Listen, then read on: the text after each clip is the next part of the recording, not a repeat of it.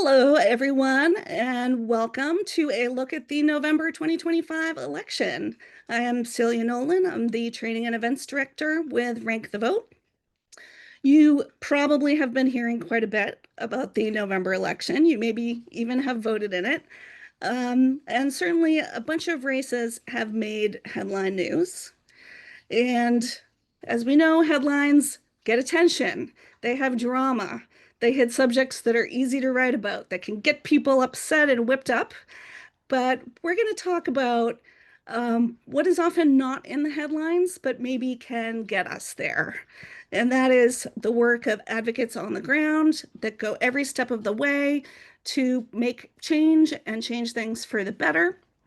And none of that happens by accident. None of it happens by itself. It's good people working away, and we have a whole bunch of them on this meeting today. Those of you who are here watching, and some wonderful speakers today, too. So I'm very excited to dig into this topic. And in fact, I'm curious if you want to use the chat. There are a lot of us on this call, so if you could just stay muted and you can use the chat. You can put questions in the chat at any time. And I'd also be curious to know, where are you coming from? Did you have an election where you are? Did you use ranked choice voting in your election? Did you vote to have ranked choice voting where you live? That's a possibility too. So, that just shows too that elections are a highlight for organizing, right? But it's not the end of anything. When we elect, then we maybe have some new steps, we have new representatives, and we have new opportunities after that. So we're going to talk here about all that an election can encompass for organizers. Not even just the day itself, not even just the voting, but what happens leading up to it and what happens afterwards, even carrying into the next year. You'll hear lots of creative and clever and enterprising things that are happening all over the country. And I also want to let you know that Rank the Vote has some other events coming up. We are going to host a national phone bank for Giving Tuesday. So that is December 2nd. So you can join, you can make calls for your state organization. If you don't have an organization in your state for electoral reform, we'll have campaigns that you can call for. So really exciting opportunity to call supporters on your list, a nice friendly list, and really make a difference for electoral reform and the year big. And if you're not sure exactly how ranked choice voting specifically works, or you're not sure if you're ready to explain it to other people, on December 16th, we're going to have a Ranked Choice Voting 101 that's hosted by myself and Rank the Vote National Organizing Director Anna Keller. Would love to see you on there too. So I'll be dropping those links in the chat, and we'll be sending a follow-up with all the information and links that we talk about on this call. Great. So as I mentioned, there is so much more going on that you will have seen in national headlines, maybe even than you would see in your local paper. So much going on behind the scene that gets us to wins and gets us to change. So, for example, here in Massachusetts, I'd be curious to see anyone else in Massachusetts here. So, for example, Bedford, Massachusetts, it has a town meeting, that's its legislative body. Bedford voted to have ranked choice voting, chose it for itself. And that joins 9 other cities and towns in Massachusetts waiting for legislative approval. I think I see some of our organizers for Bedford on this call, so congratulations. That's another new enactment coming. Also, Somerville and Cambridge voted for charter changes that will move ranked choice voting forward. There's a ranked choice voting implementation committee there. So again, charter change, is that going to make headlines? Maybe not, but it paves the way for ranked choice voting in Somerville and to modernize it in Cambridge, where they've used it for over 80 years. And there's a little more news in Massachusetts, but I think Chris Hughes might be covering that for use. If not, I can chime in. But so that's just going on in little Massachusetts. But what I want to go to Maryland next, because we have some big news that you may have seen in the headlines. So we have Owen Anderson on, the Deputy Director of Ranked Choice Maryland. Owen, what happened in Maryland? Well, thank you, Celia. And thank you everyone for having me on. So yeah, I'm excited to bring you all the good news from Maryland, where we had the only ballot measure in the country related to RCV on election day. We're thrilled that we won a landslide victory last Tuesday. We won with 67% voting in favor of adopting ranked choice voting for Greenbelt city elections. We were surprised back in early August when we first learned that the Greenbelt City Council planned to put proportional ranked choice voting on the ballot for this November in Greenbelt. And we spent the rest of August planning for a full campaign, designing materials, fundraising, conducting voter education. We assisted the city with writing the question that would appear on the ballot. And on September 8th, the language was finalized as question one. And then September through October, we were canvassing over 2,000 voters. We were dropping literature at 5,000 doors. We were sending text out 10,000 text messages. We were writing letters to the local media outlets and hosted a rally with Congressman Jamie Raskin and the local state delegate, Ashanti Martinez. And we were really laser focused in that time period on reaching residents to remind them, first of all, that there was an election and that it was one with an important question on the ballot that would give them more power, better representation, a stronger democracy with RCV. And then 30 volunteers, staff, and friends from partner organizations repeated that message at the polls. So we stood out in the cold to talk to voters about why they should vote yes on question one to approve of ranked choice voting. Um, and then after the polls closed that night at 8 p.m., I went to a watch party with our executive director, Michelle Whitaker, and some dedicated volunteers. And we waited and watched as ballots were counted anxiously. And we finally learned at like 1 a.m. on November 5th that we had won 2-1, which was really exciting. And then this past Monday, we received the final certified results. So I can give you the final certified results. There was 2,151 yes out of 3,183 ballots cast. So we won over 60% of mail-in ballots. We won over 60% in early voting and overwhelming support from pretty much every part of the city on election day. So it was a really diverse coalition voting in favor. And so we're taking the time to celebrate this win that we're sharing with all of you, but we're also focused on what comes next. So you probably know that in states like Michigan, voters have the power to put a statewide question on the ballot. And that's a really incredible opportunity. Unfortunately, in Maryland, we don't have that power, but cities in Maryland have the power to adopt ranked choice voting locally without permission from the state. So Tacoma Park, which is actually home of FairVote, started using single winner ranked choice voting in 2007. And now in Greenbelt is in the process of writing the laws and practices that will implement proportional ranked choice voting for their city elections, which will be the first use of proportional ranked choice voting in Maryland. But we're far from done there. We have also got Annapolis, our state capital, is pending legislation. Frederick City Council has a majority that supported RCV. Rockville, Greenbelt, neighbor Hyattsville, and other cities around the state that we're working on. So our next is we're planning to win more cities and bring RCV across Maryland, and that's really the heart of our strategy. That we're going to build, win, and sustain ranked choice voting across the state from the bottom up. And we learned firsthand that when you tell voters about their city or their county or their state or their country, and you tell them a story about what the problem is and why it's important to them, they ask you, or they really ask you to tell them how we solve it. And so this past year was our first year with staff. We just proved we can win, but we still have a lot to work to do. And I think that what we're seeing in every part of the country, but especially in Maryland, is that this transformative work takes a grassroots effort, as I'm sure you all can agree, and it takes resources and it takes staff. And so I'm really thankful for everyone who has given their money or their time to this movement at the national, state, and local level this year.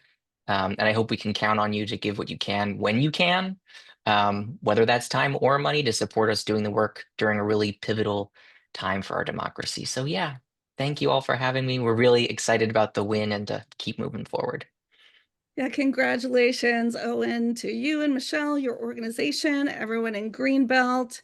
I mean, So organizers probably would prefer to plan a campaign many months ahead, even a year or two ahead. Yes. So incredible job that you were able to mobilize in just a few months. And like you said, do the work that is proven to work, right? Is to be on the ground, talking to people, no shortcuts, and also gaining supporters and hopefully folks who can help out with those other cities that you have lined up too. Yeah, and just reaching people wherever you can, when you can, whether it's at a farmer's market or it's at their door or over the phone. Yep, that's how it goes. Well, congratulations again. Thanks for being with us. And now we're Thank going you. to turn to Minnesota, which has used ranked choice voting for some years now. And we have Peter Ale, who's the communications manager with FairVote Minnesota. So, Peter, Minnesota has ranked choice voting in some cities. So, do you get to rest on your laurels when election time comes? Not exactly, no. It's not quite as exciting as passing a ballot measure 2-1, but we still have a lot of work to do. We do education work in all 5 cities. So we have ranked choice voting in Minneapolis and St. Paul, our 2 largest cities, then Bloomington, and then 2 smaller cities, St. Louis Park and Minnetonka. So everything from cities down to 50,000 or so, I think, up to Minneapolis, which is a little under 500,000. Big range there. And we do education work with voters, lots of work with candidates, making sure they're using the right language, not telling people to just rank me. Um, Organizations, press, making sure um, everything goes off smoothly on election night. There's no news stories going out there misinforming people about what's going on. And we're really seeing a lot of that work pay off. So some of the headlines are we had some great turnouts, especially in Minneapolis, driven mostly by really diverse and large set of candidates up and down the ballot who turned out voters and um, lots of candidates from communities who might not ordinarily be able to run under a traditional system. So lots of representation up and down the ballot, lots of diversity, and that was great to see. And we're seeing more and more of that every election cycle. So in Minneapolis specifically, we had record turnout at 55% for our municipal election. That's high wherever you go for a municipal election, and it tops our previous record by 1%. Which we set in 2021. We've seen a steady trend upwards ever since adopting RCV, and that's been great to see. We're hoping that keeps going up. And we've also seen, as a result of those competitive races down ballot with more candidates running, less roll-off down the ballot, more people ranking, more ballots continuing on to the final round of counting. In Minneapolis mayoral race, for example, almost 95% of ballots continued to the final round, which was great to see. In St. Paul, you might have heard there was an upset where the two-term incumbent mayor was defeated. That happened on RCV tabulations. He was leading out of the first round, and it was overtaken. And again, we saw lots of ranking there. People really came to the ballot box ready to rank and knowing what their choices were. It was great. Other cities, they were a little bit sleepier than those two, but still several races that went to runoffs, several crowded races that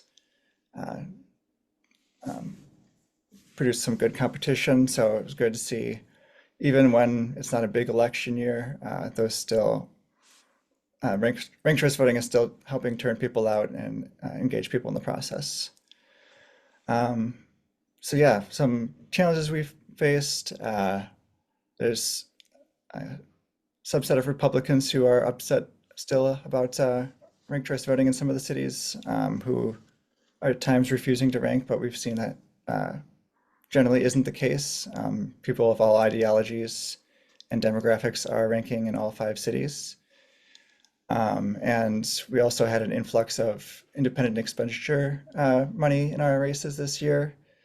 Some telling people not to rank, and fortunately that does not seem to really have worked.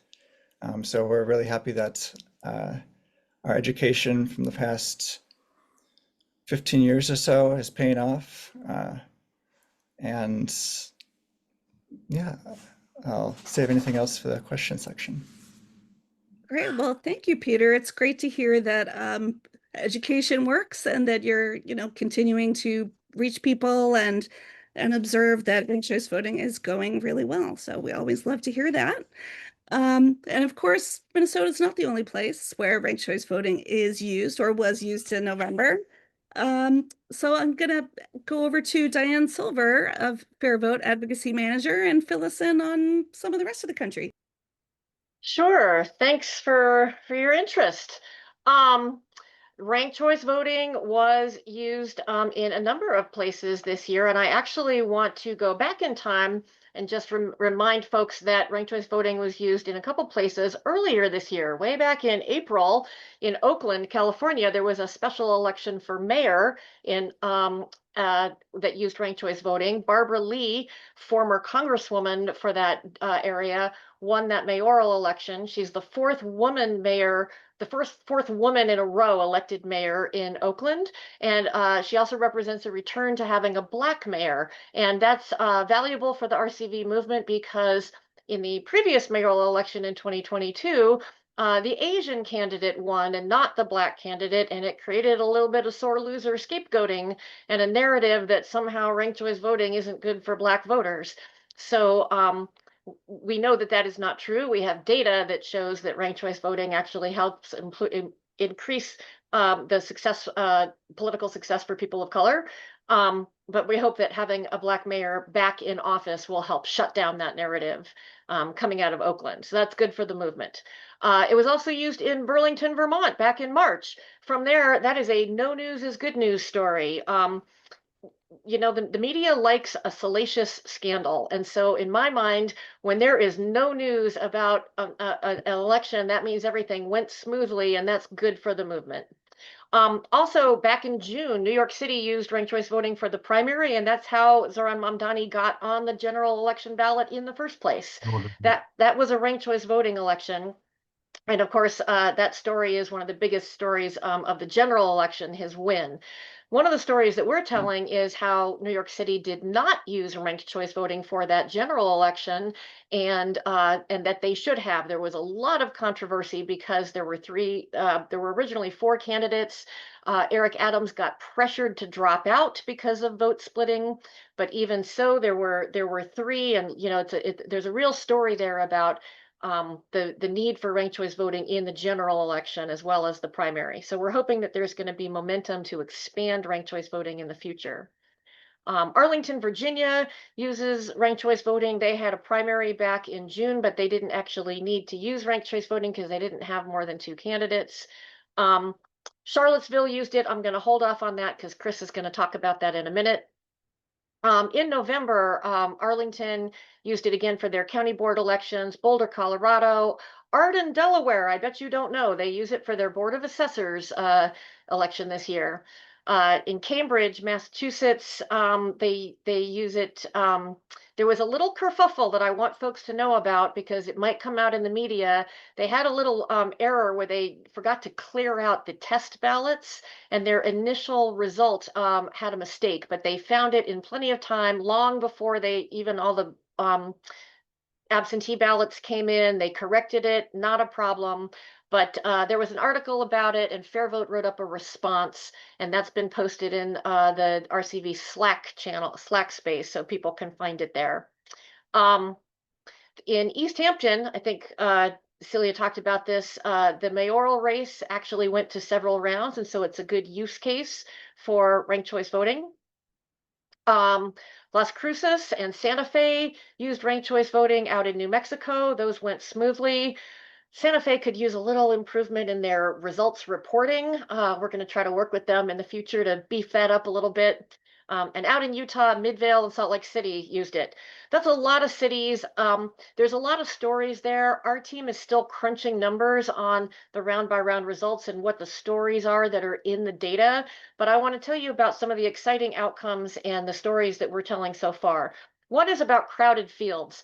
Minneapolis had 15 candidates. St. Paul had 5. Santa Fe had 8, and 8 candidates, and Fort Collins had 7. I believe those were all mayoral races. And those crowded fields are always really good stories about the value of ranked choice voting. Thank goodness those cities use ranked choice voting, and voters didn't have to worry about vote splitting with those crowded fields. Another big story is about women continuing to build political power under ranked choice voting. In Salt Lake City, the first majority woman city council was elected since at least 1980, and it's also the first majority Latino city council because thanks to ranked choice voting. In St. Paul, the first woman mayor was elected and also the first Hmong American mayor. And in New York City, the city council continues to be all women and mostly composed of members under 40 years old. Oh, I'm sorry, that's in St. Paul. New York City also continues their majority women city council for the 3rd election in a row.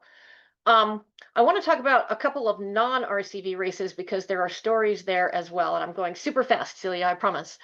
In a non-RCV race, Seattle is actually switching mayors. There was originally the person who won was behind by 8 points on election night, but she pulled ahead by about 100 votes. And there's a take-home message there. People, critics will love to say that ranked choice voting can cause the winner to change as more votes are counted.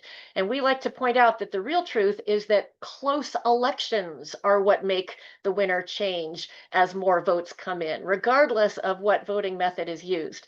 And so it's always great to see an example in a non-RCV race where that happens so that we can hold it up as apples to apples when somebody tries to make that claim that somehow ranked choice voting is doing something inappropriate with the outcome. It's about how close the race is, not about the voting method. The other thing I really want to highlight is delayed runoffs. There are a couple cities that do have majority winner requirements, and they do not use ranked choice voting. And so the poor souls in Albuquerque are going to have to continue to get election mail and hear election messaging all the way up till December 9th. In Jersey City, they've got to put up with it until December 2nd. In Santa Clara County, there's a special election for county assessor. They're going to listen to election stuff all through the holidays because that runoff is going to be December 30th. It's going to cost the county $13 million, and they could have avoided it if they had used ranked choice voting. In Miami, the mayoral race had 13 candidates, and there's going to be a runoff on December 9th.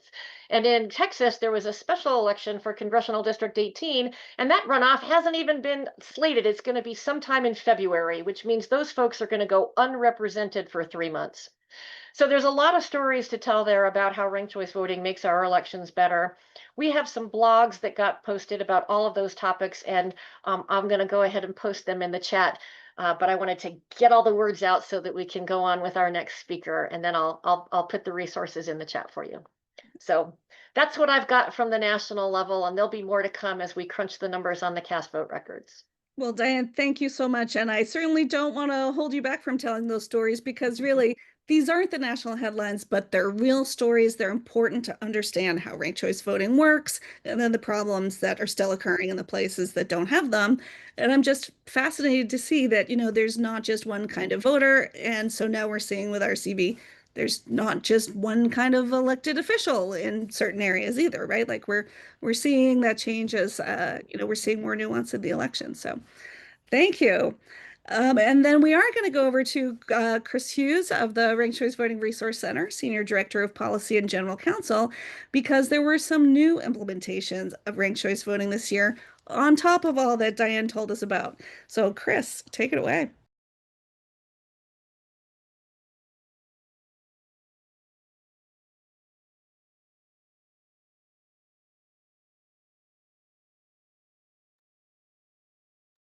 If you're talking though, Chris, I can't hear you. I see your slides though. I was really on a roll. Thanks everybody for being here. Thanks for the chance to talk with you all. Like Celia said, my name is Chris Hughes. I work at the Ranked Choice Voting Resource Center, whose mission is to help make ranked choice voting elections successful. So we work with election officials and policymakers, advocates, anybody who's interested in the implementation side of ranked choice voting as they're working through that part of the process with ranked choice voting. So Like Celia said, and like Diane actually covered a bit already, there were a number of places that used ranked choice voting for the first time this year, and a couple places that made some like notable updates that I wanted to make sure were on everybody's radar. So first things first, a couple places used it for the first time: Redondo Beach, California, like Diane mentioned, Fort Collins, Colorado, and Charlottesville, Virginia. I'm going to talk about them for just a couple minutes, and then I'll talk about some of those big updates. Um, so Redondo Beach, California is a city in LA County that runs their own elections. They're like totally independent from the county. There's a long story about a lawsuit. Like that explains why that's the case. If you want to go searching through some legal documents, it's sort of an interesting story there. But they adopted ranked choice voting about a year ago to eliminate their runoffs, which cost them a few $100,000 every cycle if they have to hold them, and so adopted ranked choice voting to hold a single election in the spring. They are the first ever jurisdiction to use Hart InterCivic, one of the major voting system vendors. Hart InterCivic's built-in ranked choice voting functionality, which we were really excited to see come to fruition because that functionality has existed for 15 years and has never been used in a real election. They also worked with us using our software RC tab that can run the round by round count for ranked choice voting. And as part of that, we had to get RC tab certified and approved for use in California elections, which was an arduous process to say the least. They used ranked choice voting to elect a few different contests: mayor, city council, city attorney, and 3 different council districts. And you can see on this slide an example of the ballot that they used in Hart. I will say, if you're pointing to an example ballot, don't point people to this one if you can help it. We don't love it. It's a little counterintuitive. All the names are listed on the right, but you start ranking on the left. We were very worried before Election Day that this would cause a lot of confusion and issues for voters. In practice, it didn't, and I think a huge part of that is because Grace Ramsey, who works with Democracy Rising on voter education work, and the clerk herself, Eleanor Manzano, put a ton of work into telling voters, start on the left side of the grid. So just making sure you're proactive about that if you're working with Hart, because this is just what Hart ballots look like. Just be really proactive in your voter education when you're doing that. And also, it's like, I had some sleepless nights. You probably don't need to have sleepless nights about it, so long as you're doing some good voter education. Next up, we've got Charlottesville. They used proportional RCV in their primary, like Diane mentioned. They also used Hart with RC tab, so 2 Hart implementations in a single year. This was a 2-seat proportional RCV election, so the smallest possible proportional RCV election, but based on conversations with Sally Hudson, the primary ranked choice voting advocate out there in Charlottesville who runs Ranked Choice Virginia, she felt like that primary result actually did a great job of showcasing, in particular, the like different strains of the Democratic Party electorate in Charlottesville, because it is Charlottesville, it's a college town. The Democratic primary is the whole ballgame. So at least that primary produced a representative result. They also knew their results on election night because everybody was elected on first choices. And I can go into what that means in specifics in the Q&A. And I have an image of their ballot here on the slide as well. Next up, we've got Fort Collins. This was the only new implementation in the fall. They adopted ranked choice voting 2 years ago, thanks in large part to the work that Robbie Moreland did there, advocating for ranked choice voting getting out on the ballot. They used single winner ranked choice voting for their mayoral race and District 1, District 3 city council races. They used Liberty Vote equipment. Liberty, as you may know, was formerly known as Dominion. They're the second largest election equipment vendor in the United States. And this is an example of the ballot that they used. From my perspective, Fort Collins was a model implementation. They had a good ballot design, they had great voter education, they had really clear results displays, they had rapid results. They got round by round results out on election night, which, as we all know, is not always a guarantee, and updated those regularly and gave a lot of notice to people before election day what was going to happen when. And they've also got a risk limiting audit forthcoming as required under Colorado law. I believe that will be happening next week. Then on implementation updates, we've got some really exciting ones. Peter was talking about Minnesota stuff at the top of the call. St. Paul automated their tabulation with RC tab. We're very excited about this. They used to have to hand count their elections, which I can't recommend. It takes a lot of time, whether you're doing ranked choice voting or not. They are the first city in Minnesota to automate their ranked choice voting counting, whether it's RC tab or not. So we're thrilled about that. They got their election results out on election night, so we could quickly know the results of that mayoral election where we had a come from behind winner. And that rapid results reporting helps build trust when we see results like that, where someone comes from behind in RCV to secure the win. And I'll just say we had a great time working with the Ramsey County elections staff, getting RCTAB set up. Our staff member, Matt, who's the RCTAB program director, spent a bunch of time working with Matt Leffield at Ramsey County, training him, getting ready, running some tests, running some more tests, running a third round of tests before they ran it on election night. Another exciting thing, Diane also talked a little bit about Oakland earlier, but the super exciting thing to us is they updated their ballot design. They had not great ballots in Alameda County for about a decade, I would say. That had led to some increased overvote rates in Oakland, which obviously isn't great. If voters are overvoting, that means they don't understand how to mark the ballot effectively. So FairVote worked with folks in California and their consultant Drake Ramke, who is a former election official from Colorado, overall great guy, to get a report over to the Alameda County registrar's office to update their ballots. This is the updated ballot. I won't show you the old one because I don't like showing bad examples. And then last set of updates, Arlington, Virginia funded a big voter education campaign for ranked choice voting this fall. It wasn't a super competitive election. Arlington, like Charlottesville, is a very progressive place, so the real campaign was in the Democratic primary. But Arlington hadn't previously funded voter education at this level to tell people about ranked choice voting. So it was good to see them really investing, even though they've used ranked choice voting for a couple cycles. They want to continue investing in RCV and getting it more baked into the community. And then, as already mentioned, East Hampton actually used ranked choice voting for their mayoral election. I had a Cambridge slide. We don't need to talk about it again. And then the just overall reflections for me, I'm just seeing a lot of places do a great job of picking up model implementation best practices on their first go around. Fort Collins did this great, and they had a great example in Colorado to follow with Boulder's pre-existing ranked choice voting implementation in 2023. So it's exciting to see the overall bar getting raised year after year for what a ranked choice voting implementation looks like.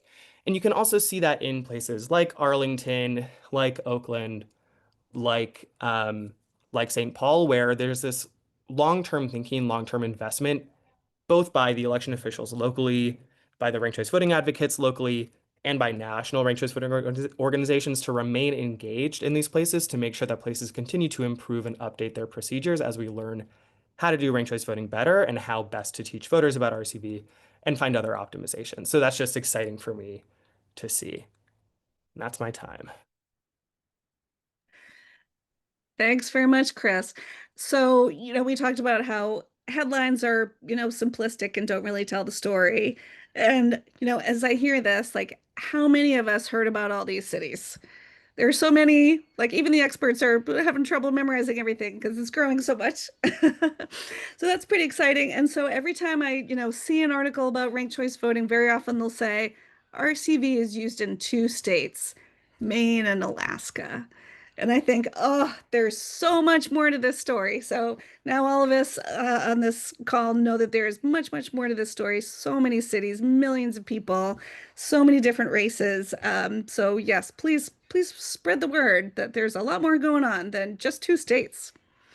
So now I'm going to turn to states that maybe didn't have an RCV election necessarily, but that doesn't mean that advocates are just sitting and waiting, right?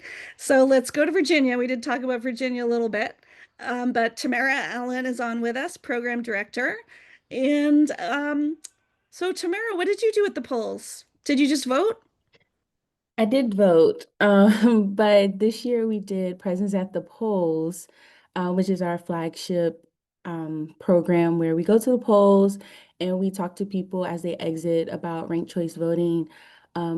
This year we did it at our target localities, so Fairfax County, Richmond, Norfolk,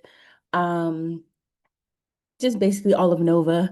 And I would say we received about 600 signatures, and about 53 new people that wanted to volunteer with us. So that was really exciting. Fun fact, Fairfax just used ranked choice voting in their Democratic firehouse primary when Congressman Jerry Connolly passed away to replace the person who replaced him's seat in the Braddock district. I'm sorry, it's very confusing. So that was really exciting to be back out there to talk to some of the same people, but like even more people about RCV. The conversations are really good. If you haven't noticed, well, if you haven't heard, Virginia did just have an election and Democrats won the majority, which is really exciting for some voters because they feel like now they have more of a voice in being able to get more involved. And one of the questions that's always been like, what's next? And so we like to tell people where there's a lot of ranked choice voting talk going on. This is something that you all should be getting action in on. So yeah, that's basically what we did at the polls. It was really fun. We did that the last day of early voting, that Saturday before Election Day, and then some of our volunteers went back out on Election Day, and got some more signatures. So that's what we did. And yeah.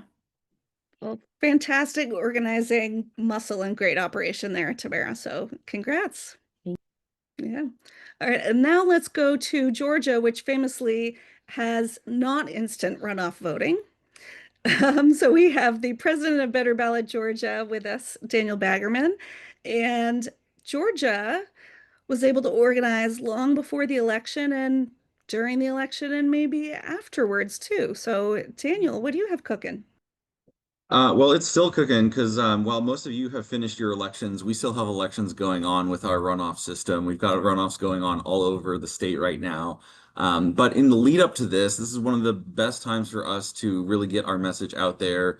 RCV helps solve this runoff problem that we have in Georgia. And a project that we worked on for the last several months in order to communicate that to voters and to representatives was our 2025 Municipal Voter Guide. I've put a link to that in the chat, but I will also share, or if I can, an image of this the voter guide online. But this was a really cool idea that we put together where municipal candidates in Georgia are nonpartisan. And so we sent a survey out to all the candidates, all 1,300 candidates in Georgia running for a municipal office, asking them to fill out a survey on runoffs and ranked choice voting. And I'll show you that here. So just a quick little share here. We've got a little bit about the guy, you know, how to read it. You can read what our questionnaires were to the candidates. And then we collected responses and published them online here, where voters can go to be informed about their candidates' stances on ranked choice voting and runoff elections. You know, and serves as a fantastic opportunity for voters and candidates to connect with each other, to start conversations, to get people talking about and raising the salience of ranked choice voting and solving this, you know, making our democracy work better for us. And so this was really, really exciting, a huge research phase, collecting candidate info. We had to survey them, and we're setting up phone banks, sending emails, and we sent paper mailers to every address we could get to elicit as many responses as possible. Big effort. And then we published it and then had to disseminate it out and connect it with as many voters as possible. This project too served as a fantastic, really energizing project for our volunteers, and one volunteer was so excited about it. She was hosting house parties and doing a ton of fundraising. She was able to raise like $5,000 herself, and then we raised about $6,000 from other sources to disseminate the voter guide, which really helped us a lot with being able to get this out as far as possible. Based off of what I can glean from Google Analytics, we had 2,300 people come to this site so far, and we're continuing to push it out. We do still have elections going on, but this was a really, really fun and energizing activity that we're able to really leverage into conversations with candidates, with representatives to make people more aware of and drive home the value of ranked choice voting. Fantastic. Daniel, that I think is so exciting with your candidate survey because it meant that folks in your organization were busy, right? Folks were learning about the election and the candidates. Candidates were getting educated about RCV, thinking about what they might think of it. If they get into elected office, right, then you have those relationships set already. So, and then you get to talk about, if we had ranked choice voting, we wouldn't have these runoffs hanging over your head and, and all the costs of these elections. So great, brilliant organizing there in Georgia. And on the topic of legislators, you have another couple of states to go to that engage with legislators. And actually, I want to pop back just to Virginia for a little bit, because Tamara, I think you also have some legislator engagement going on. Yes, so with the petition signatures, so everyone should know that Virginia is a Dillon rule state. So when we say petition signatures, they're thinking it's like a ballot initiative kind of vibe, but it's basically when folks sign up, they will be able to send a email to their local elected official, well, their state representative, to say, hey, I like ranked choice voting. This is something that I urge you to support. And this helps us because in January is the start of our session. And so we will be having some legislation to expand ranked choice voting for mayors, school boards, and constitutional offices. So that is treasurer, sheriff, Commonwealth's attorney, commissioner of revenue, and I think I'm missing one. And so that's really important because I'm not sure how it works in other states, but in Virginia, legislators like to know when their constituents are supportive of something. So when they get those emails, they're more likely to say, hey, I support this legislation because I know my people support it. So that's really exciting. And also, we hope to have all of our legislators who are supportive of RCV to celebrate with us on RCV Day. So that's my spiel about presence at the polls and legislator engagement. That's great. I love the idea of celebrating together, right? That's a great opportunity. And so we've talked for these last couple of states. This is something that states who focus on education can do that's, available to them. But some states also are able to lobby more directly with candidates and work more closely with them and run campaigns. So for that, I'd like to go back to the West Coast. We have Elise Orlick, who's the executive director of FairVote Washington. And how have you leveraged this November election, Elise? Yeah, thanks, Celia. So for anyone who was at the American Democracy Summit this year, you may remember that Nilu and I shared our plans for this year's municipal races. We really started an endorsements and candidate program last year during our state legislative races. The takeaway there was we had 6 new supportive members elected to the state house, and then we had 6 new co-sponsors on our House bill. This year, we did have 4 special elections for the state legislature. As many of you do, we have a local options bill before our legislature, so those were important races. But we also see the most potential for impact in the next few years at the local level. This year was primarily a municipal elections year. So those were really important races. We need supportive people in office at the local level. And Diane mentioned that some of the races in Seattle, which were really critical because we have an implementation coming up in 2027. And our current mayor and city council president are pretty iffy on ranked choice voting, but they had challengers who have actually worked to bring ranked choice voting to the state previously and were far better options for us. So we started with C4 endorsements led by our political and partnerships director, Nilu.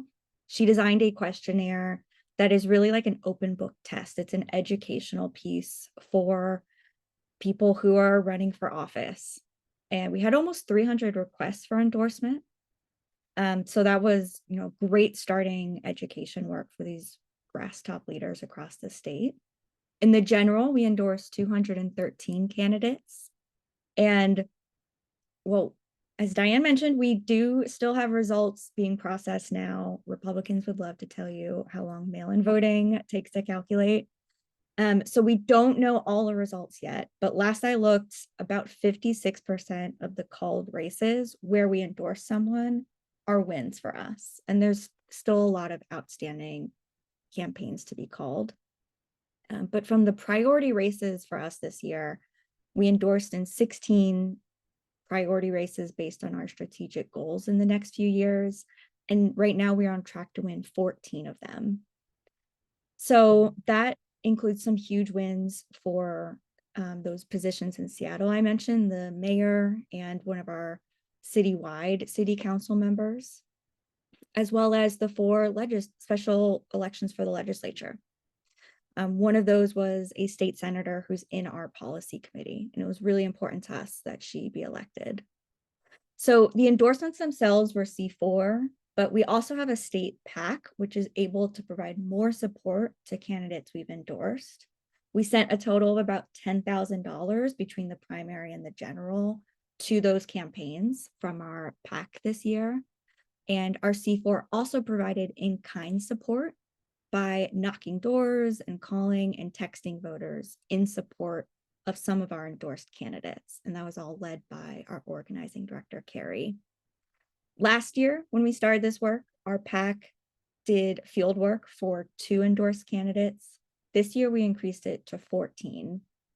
So I can say every single time that I was out contacting voters, I saw our relationships being strengthened. At the local and the state legislative level, candidates usually attend those canvases themselves, even if you only have a handful of volunteers. And with elected officials, you are sometimes fighting to get 15 minutes to sit down with them. So when everyone is milling around for a canvas, you get time to talk with them. And it's really valuable time because they see you come out to support them. As one example, I actually got to knock doors with Dion Foster, who's our new citywide council member in Seattle. The Seattle Times took pictures of us knocking doors. They got published in the paper. We also posted about it on our story, and the very next day, the candidate for city attorney reached out personally asking if we would do the same for her. And then you get to attend election night events during the primary and the general, and all of those are relationship building opportunities. So we are now very well positioned in Seattle to make sure our implementation goes smoothly and there's funding for voter education. And I already mentioned the state legislative wins, but a further way we're making our endorsements work for us is we are asking each successful municipal candidate we endorsed to join a sign-on letter to the legislature. So it's reinforcing our local options work in the legislature. And I know some people feel uncomfortable about playing politics this way, but we've realized we need to do that in order to make progress. We already saw it happen just from one cycle last year, and we're going to keep ramping this work up. And I think it's one of the most important things that we're doing right now. Absolutely. That like cycle of reinforcement is really interesting. And also how like outreach to voters, to candidates, that also kind of feeds back in. And I'm thinking of, there are probably some, small organization out there that's just growing and thinking, am I ready to maybe ask individuals to endorse, the organization or ranked choice voting, or, maybe candidates, maybe organizations. And then just outstanding to see that you're at the point where you can endorse candidates and then in turn they're seeking your endorsement, right?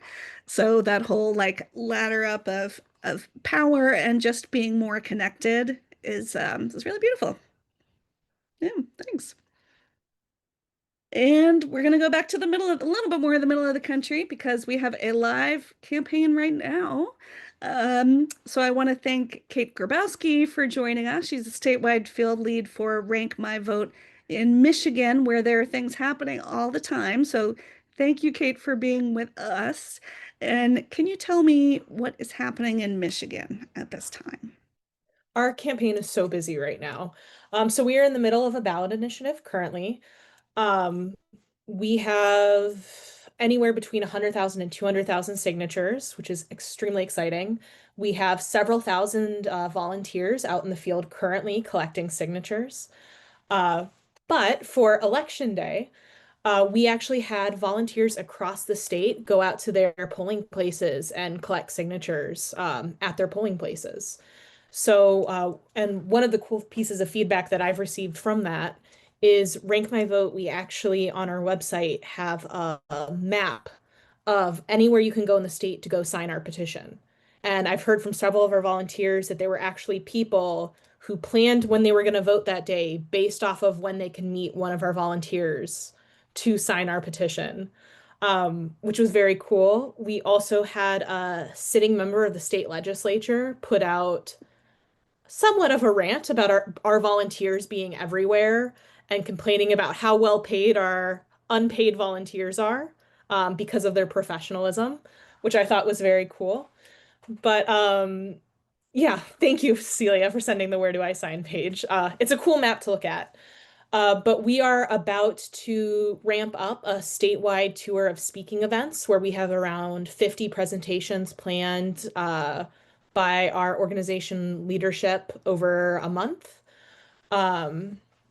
We've also been kind of drawing more attention to elections in Michigan because we are actually Rank My Vote and Ranked Choice Voting as a Mission is one of the three big projects by Michigan's election deniers.